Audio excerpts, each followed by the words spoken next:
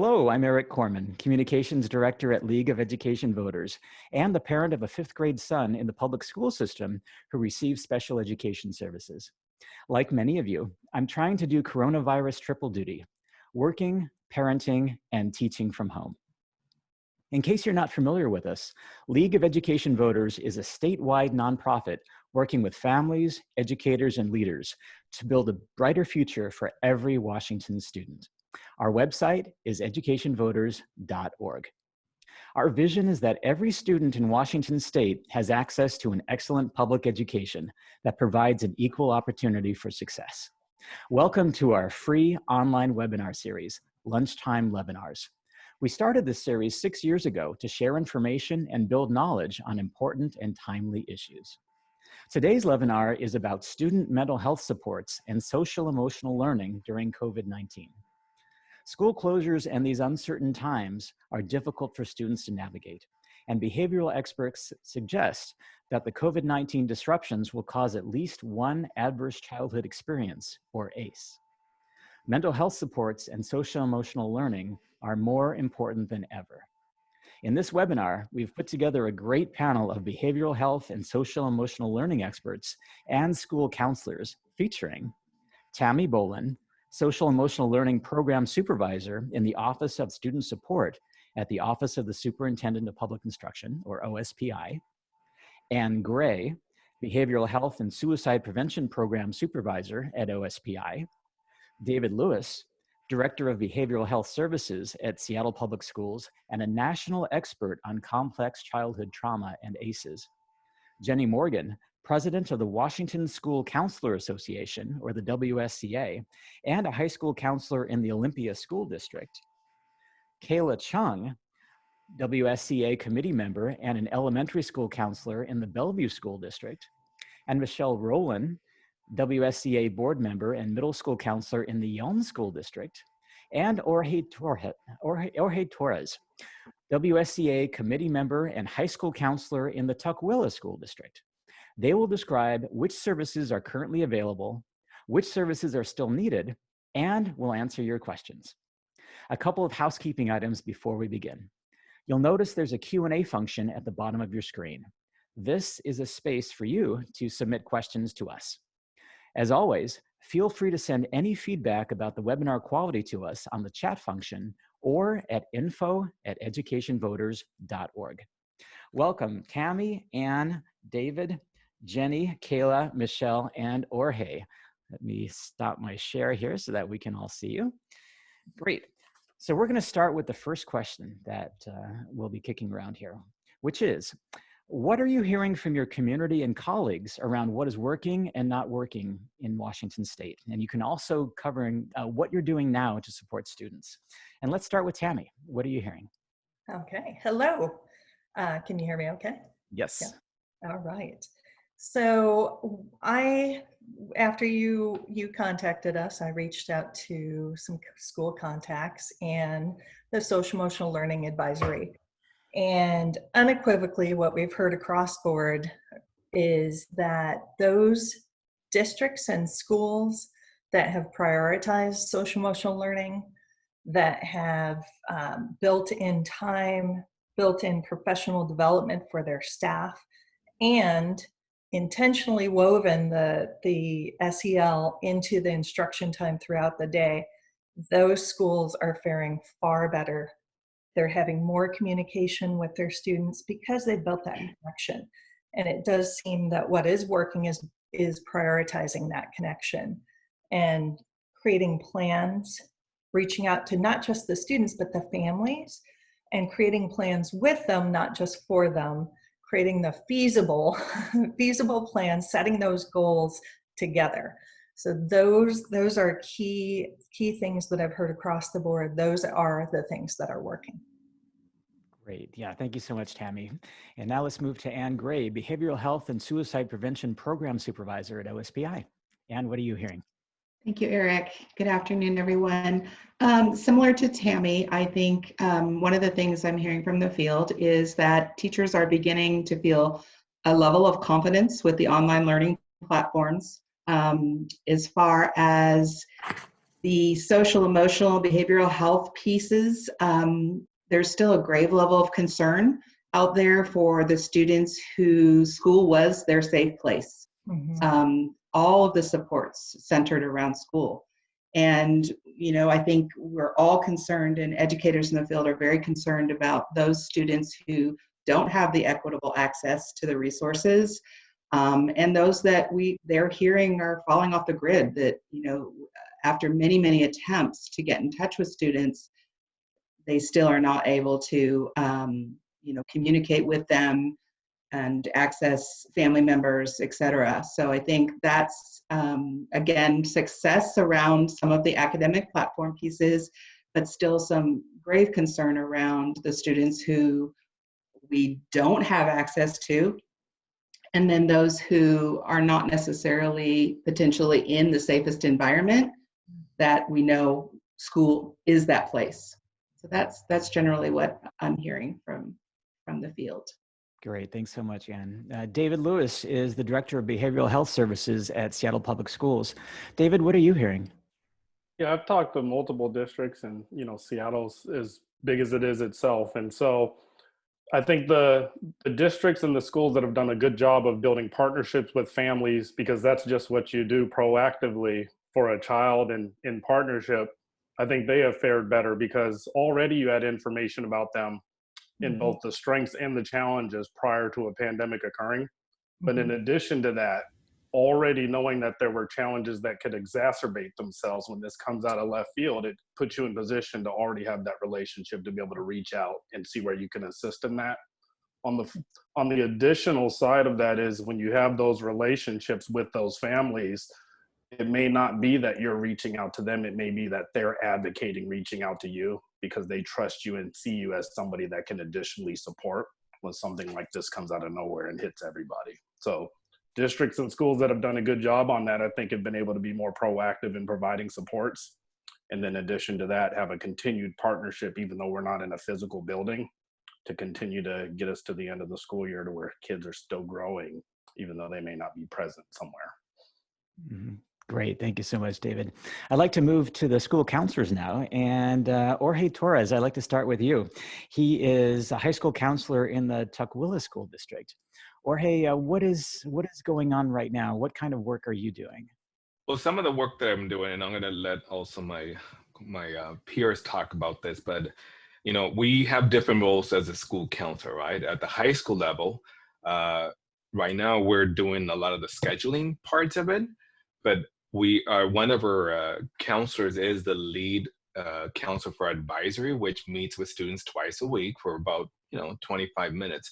So luckily we had that platform already built up, so we're utilizing that, and she sends a lot of information to teachers because those teachers are in contact with those students, and there's a lot of information sent out from the different curriculums such as teaching tolerance, staying healthy and so forth. We're also reconnecting students with, we work with a lot of mental health counselors that come into the buildings. So making sure those students are, especially at high risk, are in connection with those resources. So there's those things that are working. I know at the other levels, the social workers and school counselors are also in contact with some of those families. I don't know if Jenny or Kayla or Michelle want to add anything else. Which way would you like us to go, Eric? Yeah, go for it, Jenny. Since you're on the screen right now, you are a high school counselor in the Olympia School District. So yes, what are you Yes, doing? I am. And I wanted to start off about what's been happening. And it's not hearing it, it's experiencing it. And this past weekend, one of my most favorite people in our building, an amazing assistant principal, passed away. And it was very shocking. In this time of shock and grief, what really worked for us is that our district counseling team pulled together, because we've had the training before, to handle this using our existing crisis plan. And we had to learn to make modifications on the run, because the crisis plan, it was created when we were all there at school. And I didn't think this would ever happen. And then it was like, wow, this is really happening. So I'm very proud of our district, our team of people that responded. We were able to provide some crisis intervention and support, especially for our staff. I know that we are most concerned about our students always, but we also have to provide self-care for our staff so that they're ready to take care of our children. And we were able to roll out unique ways to support our students. Normally, we would have them right there with us, and we had to do that virtually. So it was a creative process. It's still ongoing, but it's something that I think that counselors really relied upon in the area of social emotional, especially in the middle of a crisis. That's when they look to us. This morning, I was in a team meeting with our district talking about long-term projects to support K-12 students and staff when we return to school next fall, or if they delay us returning back, we don't know, using a tiered delivery system model, and also bringing in parents. So this is what I'm hearing is our parents really need us now to help educate them to support their children at home. They need support groups and they need help with technology. So those are just a couple of things. Great. Thank you so much, Jenny. Kayla Chung is an elementary school counselor in the Bellevue School District. Kayla, what are you doing on behalf of elementary school students? Yeah, that's a great conversation. I know there's a continued work around what elementary counselors are doing and a better understanding, but we're actually doing a lot. So I'm happy to report that. Some things that we are currently doing, I know at least in the Bellevue School District and in my school, is that we have some of our existing expectations behaviorally are now shifting to online about be respectful, be responsible, those kind of things. But we definitely are still trying to grapple with how do we uphold behavior expectations when we don't have extrinsic rewards. And so we're trying to create more partnerships for with families of how can we help to engage students online. This whole conversation is about elementary students navigating the world of online is very new. And unfortunately, that's something that we're talking about of why are we only now having to teach digital citizenship and these kind of things because of COVID. We wish that we were incorporating this more in the school setting where we are teaching students how to chat, how emojis could be hurtful, those kind of conversations. And so we're trying to bridge gaps of what things are we teaching SEL in the school and how do they apply, which a lot of those skills foundationally are still there. They just look a little bit different now. But we are still doing a lot of the systems that we did in school. We have class meetings, even our kindergarten friends are on there, and that's amazing. Definitely a heightened collaboration with classroom teachers, specifically around the cyberbullying and what that means. I think we've had a lot of conversations of what that means, but the application now is very different. But yeah, we're just trying to navigate how do we support elementary students online, but being mindful that kindergarten through second grade does need higher levels of support with parents. So how do we kind of factor in all those intersects? Great. Thank you so much, Kayla. And finally, Michelle Rolen is a middle school counselor in the Yelm School District. Michelle, what are you doing for middle schoolers? Because that's a tough time just when things are normal, much less now. Yes, the energy level is high and that part of it hasn't changed. I was really super impressed with the way we mobilized and reached out to 100% of our students to first make sure that they have basic needs. And what we consider that to be is food, shelter, assistance with bills, access to resources, and technology. And we considered that to be a basic need in this setting. And then our next step was the social emotional learning, and we send out our counseling department sends out a weekly social emotional learning lesson in Google Classroom to all of our students. They get a weekly email from their school counselors, similar to any academic area. The next level of support, we provide small groups. We just started our social friendship group this week, and then we also have an equity group that was in place in a traditional setting and that we were able to continue in this remote setting. So we're super proud of that, and that seems to be going really well, and the data that's coming from it is very positive. Right now, for those individual students, we kind of break things down in all students, students that need extra support in groups, and then we have individual education plans. That's what we're working on now, that we're reaching out to those students and parents who, we haven't heard from in a week.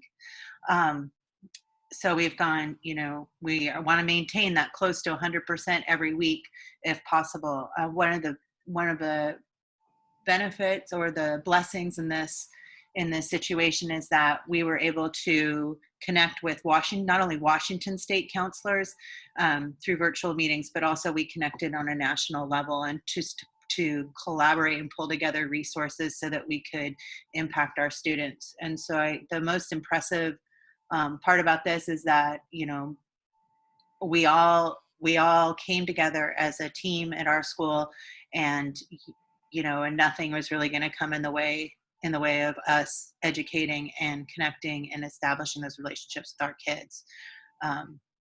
And so that was a huge positive, and everybody from, the cafeteria workers to the teachers, teaching assistants, principals, all played a role. And if that meant we were delivering Chromebooks to McDonald's parking lots, that's what that meant. And there's a story like that for every single staff person in our building. So. Yeah.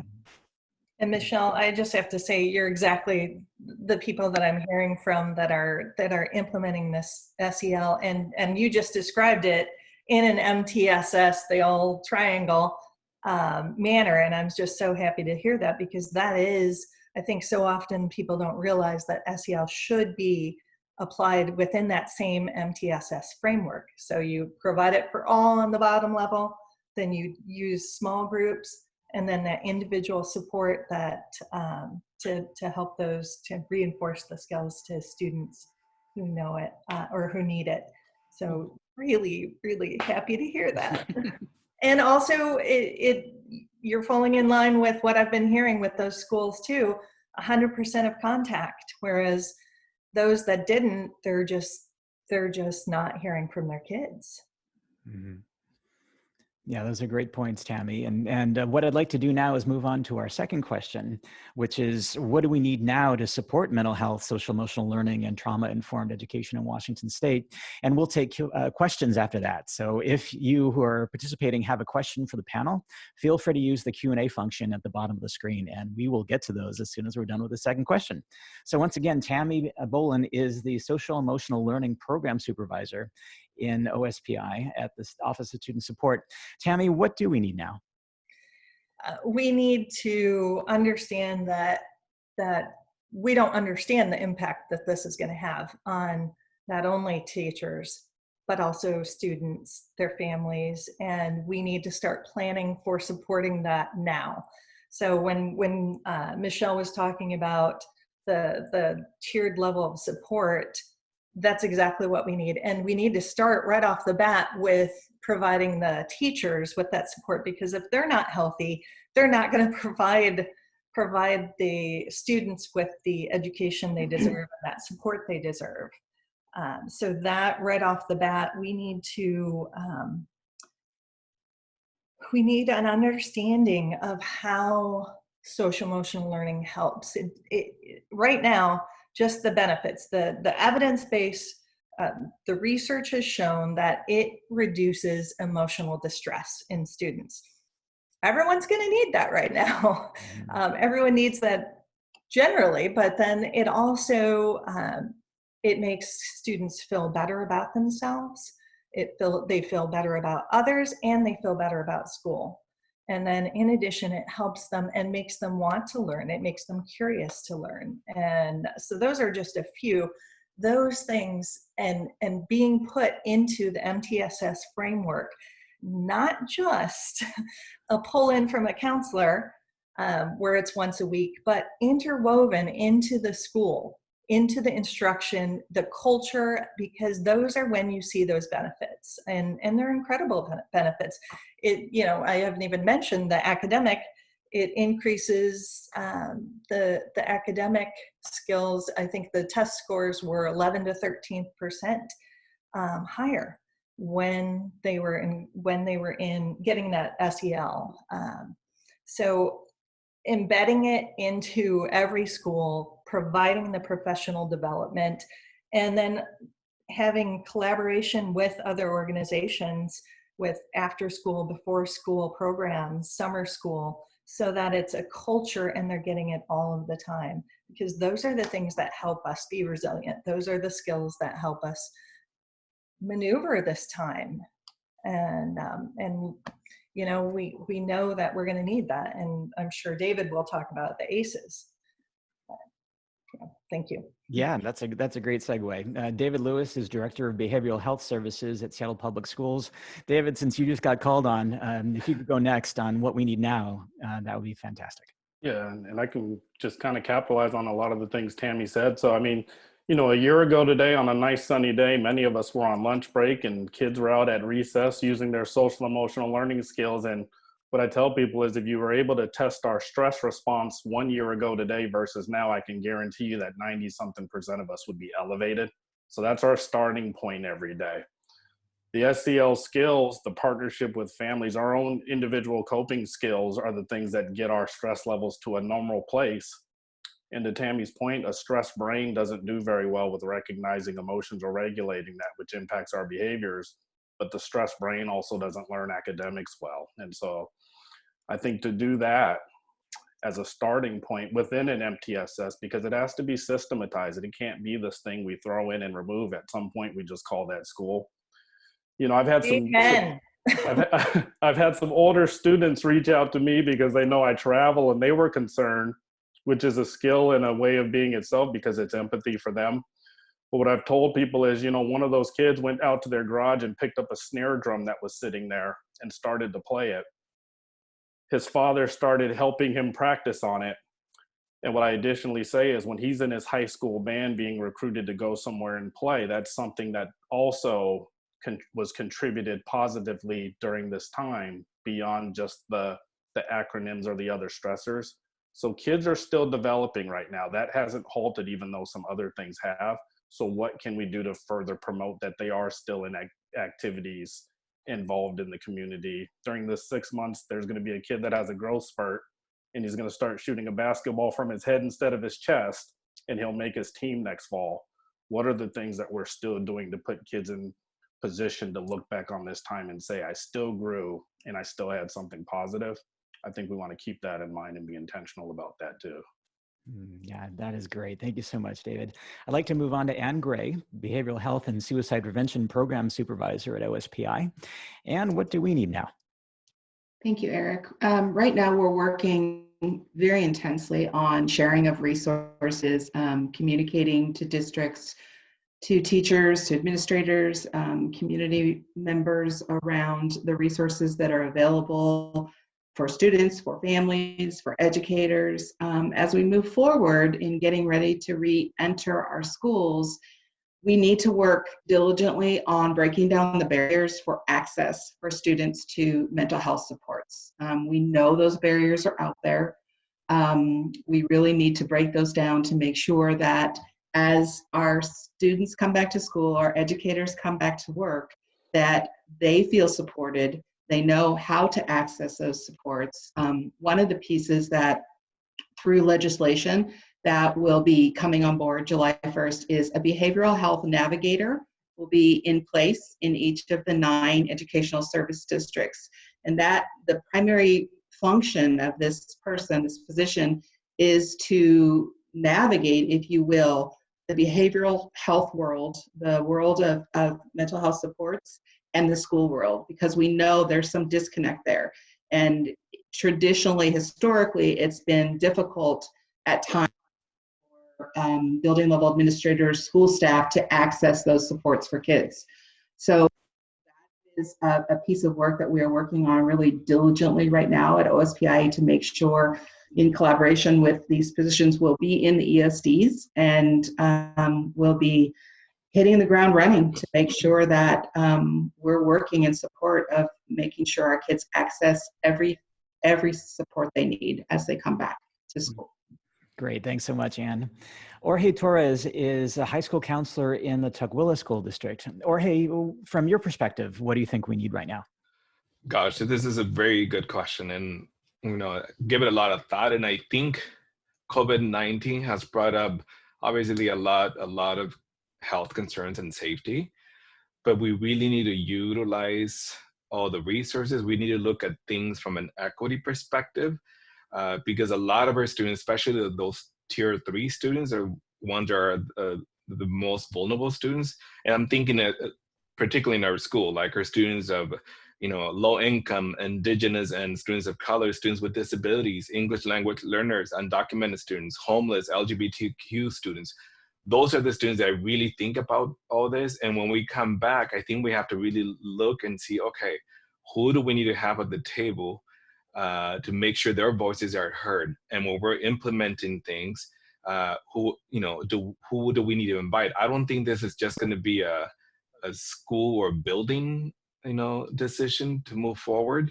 I was talking to one of my colleagues last week about this, and we're like, she's like, you probably need to bring the whole community and together, because a lot of, especially our students of color, when it comes to mental health, they're not necessarily going to be the ones like, okay, yeah, I'm willing to go ahead and see an outside counselor. But there are other resources out there to the community, so connecting them with proper resources. I just was working with a student yesterday. I talked to her, and she's like, Mr. Torres, I'm just worried about what's going on. And actually her advisor teacher sent me an email saying, can you reach out to her? So I did. Turns out that her family, some of her families are, extended family are in hospitalized because of COVID-19. So for her, it's like, I'm worried about even my own mom. She's an essential worker coming home. I'm worried about her bills. So when I asked, so I'm guessing you're not focused too much on the academic aspect of things. Like, no, I don't have, my brain is not there to be working on academic stuff. So we really need to, even though students may have the technology, they may have all this because their school district did provide it, many of our students are at a huge disadvantage, especially students that speak another language, where many times we're having students that they never had a class in technology. So even though they may have the technology, they don't know how to operate it. That's a huge concern. So yeah, I know there's a lot of things that we need to be aware of when we come back, and trying to work together will be critical. Great, yeah, thank you so much. Michelle Rolen is a middle school counselor in the Yelm School District. Michelle, what do you think we need now? Well, I'm sorry. I've been a school counselor for about 22 years. And in that time, the job has changed from focusing from student-centered, and then there's a whole other job on top of the one I just described to you that really is not related to school counseling. So for example, a lot of times we're given inappropriate functions and duties outside of our scope of practice as a school counselor, like testing coordinator, scheduling. And I'm not talking just, changing a schedule. I'm talking, we do the master teaching schedule for the entire building and then make sure that each individual student's placed correctly. Then there's other administrative duties that happen after that. And even though we're considered a part of the teaching contract, there's this middle management expectation. And I think coming out of this crisis, and I was a school counselor right after 9/11, and I think coming out of this one's going to last exponentially longer than the outcome of 9/11. And you are going to want, you as a community in the state of Washington and nationwide, families and parents are going to want their school counselors to work with the students and be available for their students, be available for parents, and be available for staff members. And they're going to want that to be the primary focus. And currently in my district, we are staffed 1 to 400 students. That's an average. The nationwide, the best practice scenario for the American School Counselor Association is 1 to 250. Coming out of a significant crisis, that 250 is enough for 2 counselors. So that would be my biggest takeaway that I would want to communicate to the community of Washington. Yeah, thank you so much, Michelle. And yeah, League of Education Voters is right there with you. So yeah, so we can get that ratio down, that would be fantastic. Kayla Chung is an elementary school counselor in the Bellevue School District. Kayla, what do we need for elementary school? That's a great question. So I definitely would echo a lot of things that have already been shared with me previously by other participants. I definitely think the push for SEL, SEL at the elementary level, that's the main, at the elementary level, you learn all the foundational skills. And we are definitely seeing when there's a disconnect of those skills because of the lack of students applying it now in the home. And then we're trying to kind of catch back up of the new skills we need to teach. I think a big one, which I think that elementary counselors are doing, but we need to be doing more intentionally, I think, and more interwoven in all of the subject areas. It needs to be a school effort as opposed to just me and my 400 plus students and me being responsible for all the well-being of all students. I think a big thing right now that we need is more conversations around xenophobia and the Asian American students and how that's being experienced. And I think at the elementary level, we need to have explicit conversations that this is not funny and be teaching that. And I think unfortunately, certain schools are doing work, but it needs to be a district push of how are we addressing racial issues, specifically with COVID. And I'm concerned that we're not talking about this enough. Like, we know about it, but we're not explicitly having conversations at the elementary level about what to do when you hear about it or how to respond. And I think a big thing right now too is I definitely think we need to do some staff work or self-work regarding biases about participation and engagement. I know that we've been having a lot of conversations of like, what does a student engaging in online learning mean? Kind of these big buzzwords that I think will really highlight what I'm thinking engagement in with participation. How are we viewing families? What are the excuses that we're making of why they aren't engaging? I think a lot of our biases are coming out more, specifically for families who are not reaching. And I think we need to do some more soul searching about kind of where that is stemming from and then how that's negatively traumatizing our students and families who unfortunately we are not connecting with even more so now. So. Yeah, that is all great. Thank you so much, Kayla. We're about to take questions. So again, if you've got them, feel free to put them in the Q&A box. And finally, I'd like to get to Jenny Morgan. She is the president of the Washington School Counselor Association and a high school counselor in the Olympia School District. Jenny, you've got a 30,000-foot view from your position with WSCA and, of course, being on the ground as a high school counselor. What do you think we need?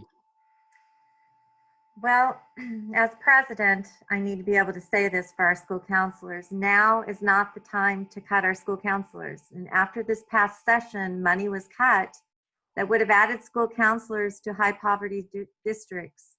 And they are really struggling right now with COVID-19.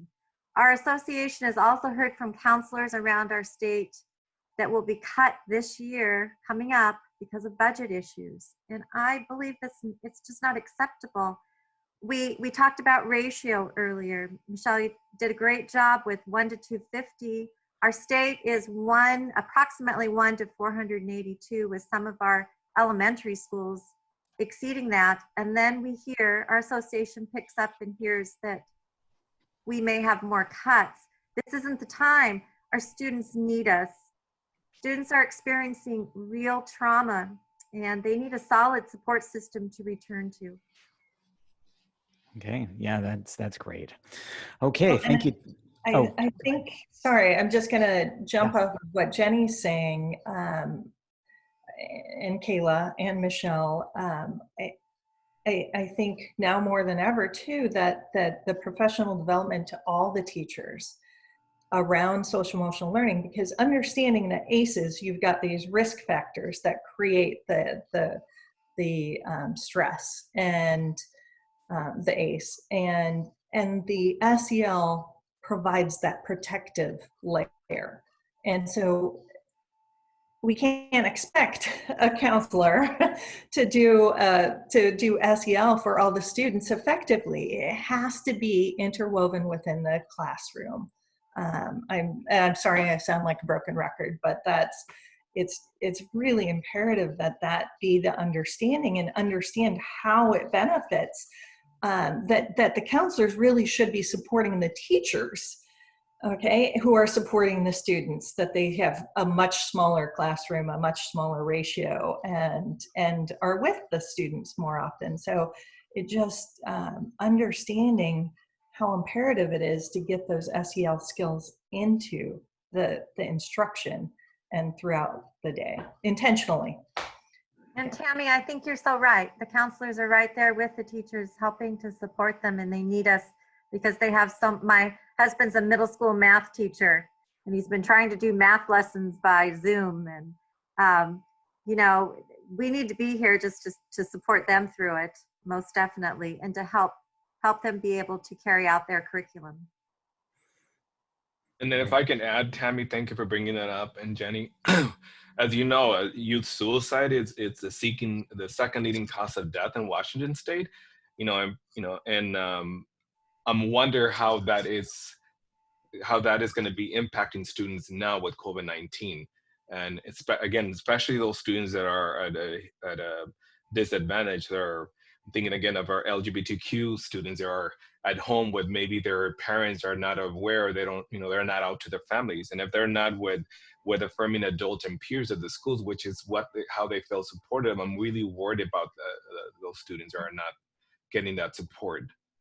Right, and I don't know if people realize how high those rates are when you look at the data across the state. So there's every other year an annual or a biannual data, a survey that's put out, and it is, so they ask 3 questions. They ask, have you thought about suicide in the last year?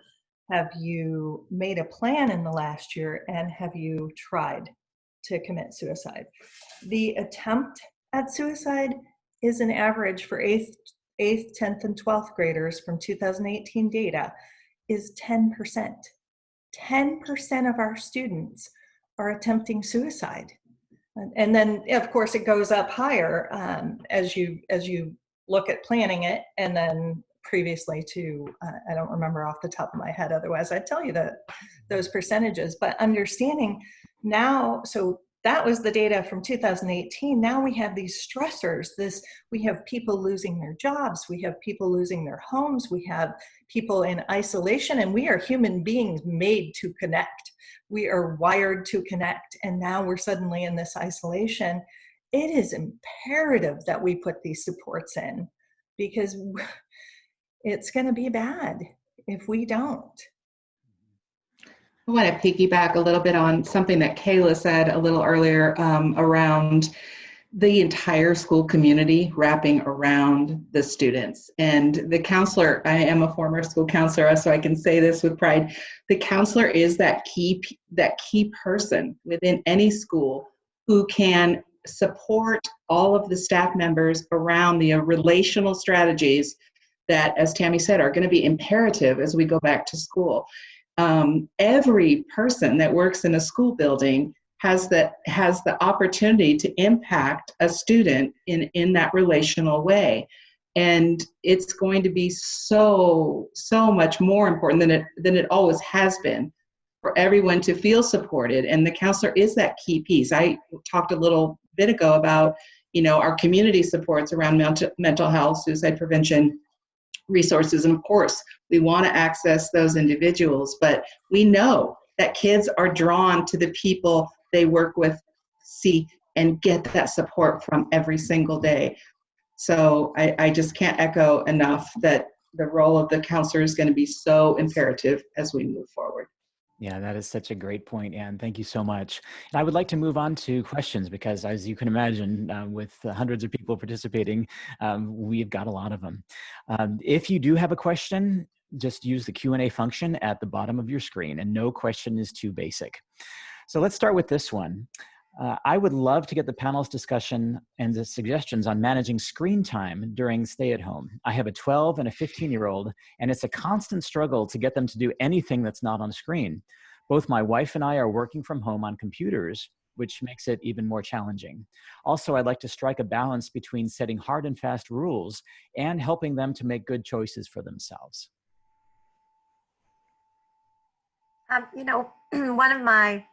One of my husband's colleagues, I get to listen to what his staff does because we have to share the house and share the Zoom meetings. And but one of his colleagues has an elementary age son and actually 2 sons. And they've actually posted a schedule in their house. So it's like you are showing up to school periods 1, 2, 3, 4. And then it's built in the family time, the exercise time, the snack time, now this is very, very structured, but yet it works for them. So that is one way of managing it, is you build your day, you post it for all family members. That's a great idea, Jenny. And just to add to that is that parents need to be kind to themselves. You're human beings doing 5 different jobs, and you've got probably like 6 different teachers emailing you every day. So we get that. And I think that once what I would do too, I think the structure is really important for those elementary and middle school students, especially. Also have your own structure, your own self-care plan is also equally important. Yes, and I totally agree with that. It's this time everyone is stressed and has anxiety, and or I would think that everyone does. And being compassionate with yourself and being flexible, and understanding that some of these lessons can be, you can have life learning lessons taking a walk in nature, and really giving yourself that chance to get out, to experience, to cook with your kids and to talk to them, because those connections are going to be crucial right now. There you go. That's great. And one last thing, if it gets overwhelming, always reach out to counselors and administrators and say, it's just getting too much to handle this schedule, so that they know that communication is so key. Mm-hmm. Yeah, to piggyback on that, we have this, says, I have an 18-year-old distinct Asperger's student with mental health issues and an addiction to the cell phone. He has regressed a lot out of school, and I need recommendations for outside agencies, possibly those that deal with tech addictions, or mentoring programs for students with autism. My student finds that exercise is the best way to get his mind off the voices that talk to him incessantly and tell him he's worthless. So are there recommendations for outside agencies that might be able to help situations like that?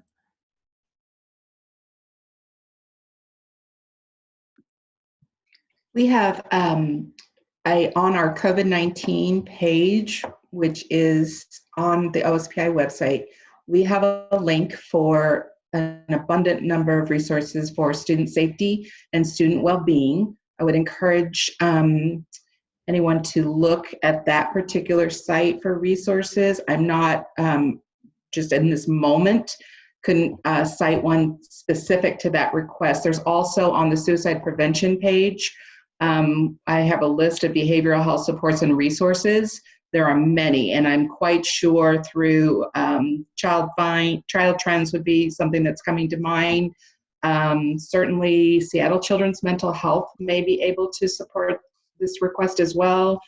I'm trying to think of some other, those are the 2 that are popping right into my head that might be then used to look for resources. But check out those 2 sites, because we have quite an abundant resource list there.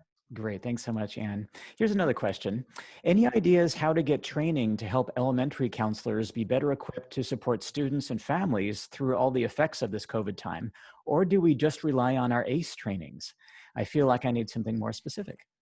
Okay, I can answer some of that. So the wonderful thing about Washington is that SEL has been supported legislatively. There has been a work group, or multiple work groups, since 2015 that have created a plethora, I mean, an amazing amount of guidance and support. And among those is the SEL modules. Specifically, there is the SEL module, the component that is called Trauma Informed. And it's amazing. It's completely free. You just go on to OSPI. If you just Google OSPI SEL modules, it'll take you to them. You sign up and you can go straight to that. It's the 5th module. So and it will walk you through what trauma-informed practices are, how to help with, how to deal with that. Talks about self-care. I mean, that's an amazing resource that is out there. Great. Thank you so much, Tammy. Here's another question, and this is one that I'm personally dealing with. What support can districts offer to parents that are having difficulty getting their children to do their homework? I just had a call from a parent yesterday, and so we got on the phone, had a family conference. So that's a good first line of connect with your student's counselor and or administrator, and let's have a family conference, and let's set up I'm doing some check-ins now with that student. We have certain dates that I check in with a phone call and talk with him, seeing where he is. I watch on Skyward, I watch his grades, so we've got some goals set. That would be my first suggestion. Okay, great. Anyone else? I've also talked to many school staff members, primarily teachers, that are doing just what Jenny was describing, a family meeting, and the teacher's there, if needed, the counselor, administrator, and we just say, hey, what's going on here, and go from there. And I think it just brings back that whole homeschool connection that is so critical right now. Great. Thanks so much, Anne. All right. This is a question for David Lewis. It says, David Lewis, I'm in CPSD. You did not work on my school this year, but I was very interested in the tool you used to identify high-need social-emotional learning kids at the schools you worked with. Could you speak to that? Yeah, we have tools that are really looking at how do we gauge the strength of a family, which goes back to a partnership with a family and trust with the family, but also with that trust and partnership, a family being vulnerable enough and willing to communicate where some of the challenges may be. And what you end up with that in the end of that is you can capitalize on the strengths in whatever way you can, all the way down to SEL skills. I would say SEL skills also promoted in the home is more repetition for the child.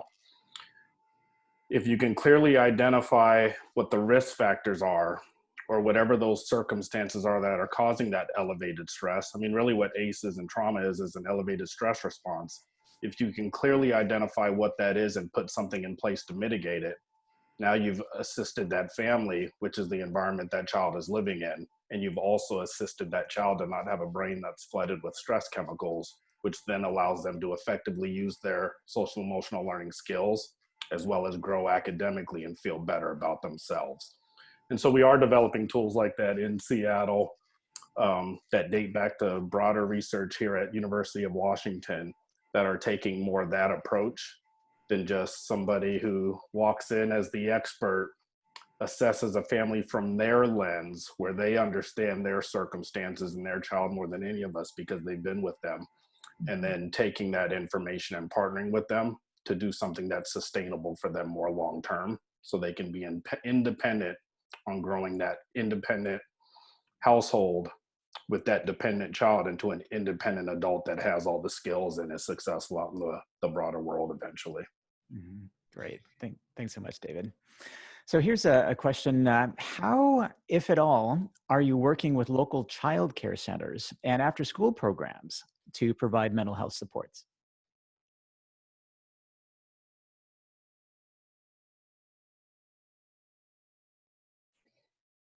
So there is several programs through OSPI, 21st Century, who are typically an after-school program who are also reaching out to the kids, and they are focusing on connection and the social emotional learning. So, and Boys and Girls Club, actually, I think it's right now, are hosting a Youth of the Year.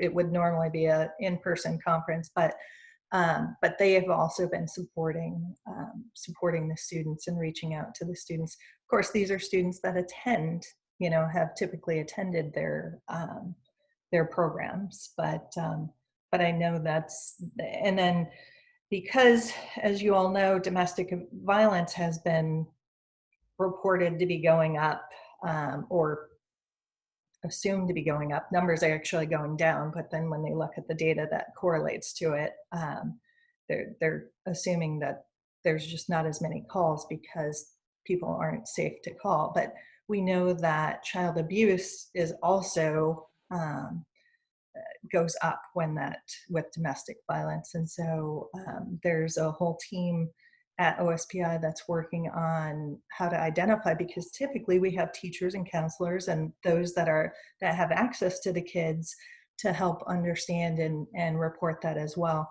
I'm getting off on child abuse, but so there are after school programs who are looking at that, showing up at the door, talking to the student through the door, just to check on those students as well. Mm-hmm. Great. Yeah, thank you so much, Tammy. So we have time for about 2 more questions.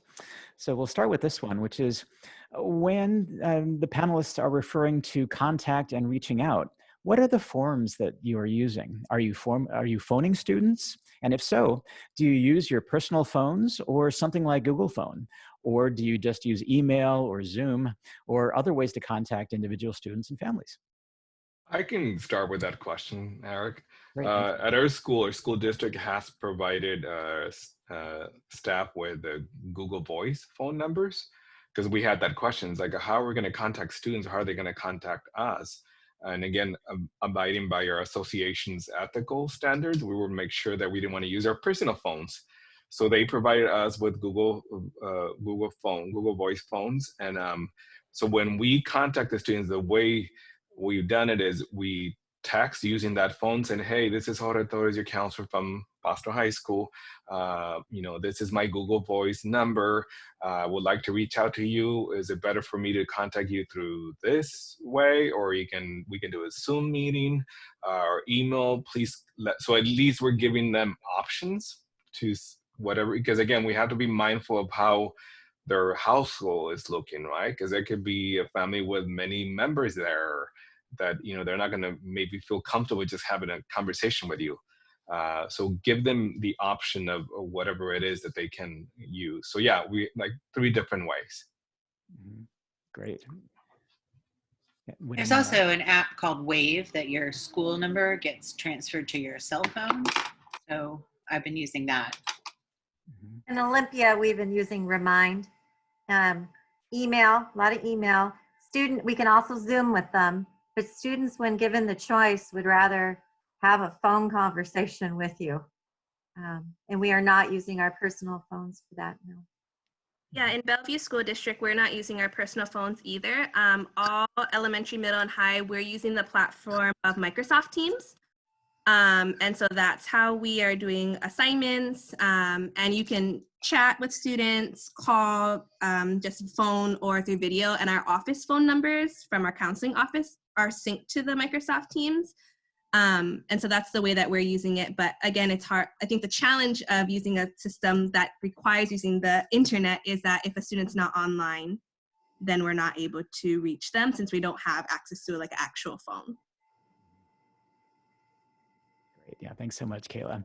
All right, there's so many questions and they're great questions. And I'm afraid we just have time for one last one, which is, it's my understanding that each school district is interpreting the OSPI guidelines around grading scales differently.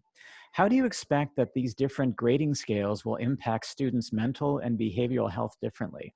I've talked with students who are very upset to see their grades falling during this time, but feel helpless to improve them due to other life circumstances. It seems these students are being impacted more negatively than students who are in districts where earning any passing grade will also earn them an A. What should we as a community be doing to address this inequity?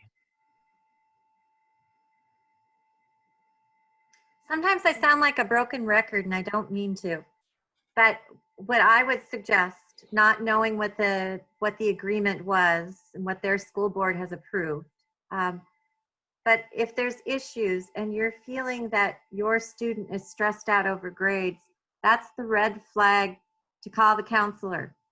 Give us a call, give us an email, say, can I set up a family meeting again so we can discuss this? And then a lot of times our role is to be able to communicate with teachers to explain the situation that's happening so that they can act. And there are definite ways that we can accommodate and are willing to accommodate, but the conversations have to occur and allow the the school counselors in our building especially and around the state to be that middle ground, to be able to deliver the message and work through a solution. And it's so critical because we wouldn't want any students, they're stressed out enough.